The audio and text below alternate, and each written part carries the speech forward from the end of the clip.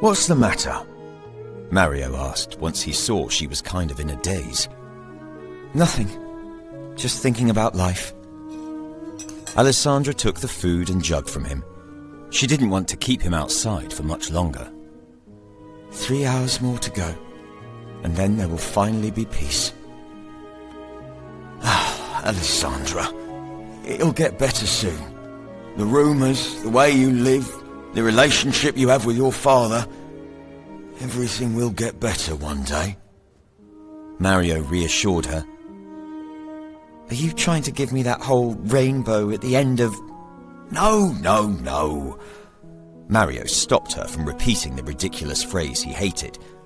When was the last time you saw a rainbow in Lockwood? For the time I've spent in this town, I've never seen one. Let's say there'll be happiness when the next shipment of rum comes in. Mario... Alessandra shook her head. There was a high probability of Mario drinking already, even though he was working.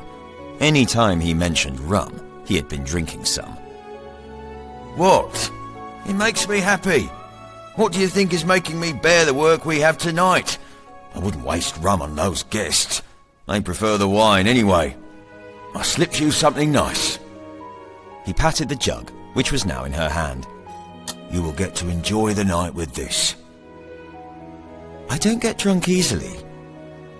It was thanks to Mario slipping her drinks and their drinking moments that she realized she had a high tolerance for such drinks. Just enjoy it. You don't have to be drunk to enjoy it. I'll see you tomorrow, okay?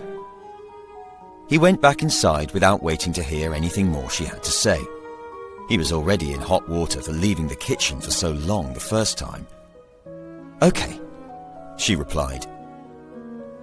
Alessandra looked down at the food and drink before taking one final glance at the kitchen door. Time to head back.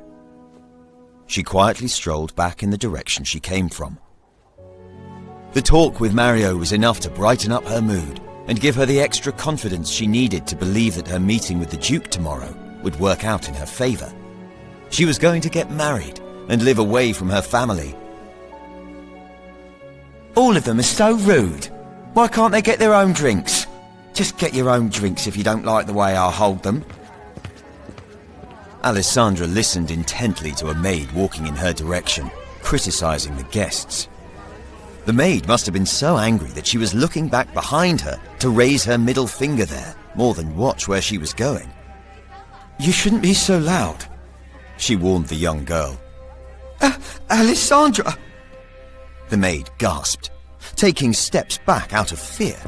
She felt like she was going to die when she glanced at the black mask covering the majority of Alessandra's face. But please don't hurt me. Hurt you? Alessandra looked down at her hands. Unless she was going to start a food fight, there was no way she could hurt anyone. When would everyone start to think logically instead of believing rumors? I'm just doing my job. Don't kill me. The maid covered her eyes with her hands as her body shook with fear.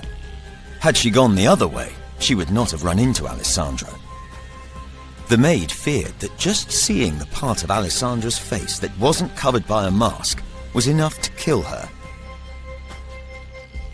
Unbothered, Alessandra continued to walk in the direction back to her bedroom. She was trying to help the maid by telling her to keep her voice down when talking about the guest. Alessandra wholeheartedly believed Katrina had some kind of magic to hear when anyone was bad-mouthing her guest from a mile away. It wasn't once or twice she had caught someone bad-mouthing her or her friends from far away. Alessandra had a theory the woman was not from this world. Maybe she fell from the sky. She pondered on her theory. It was possible.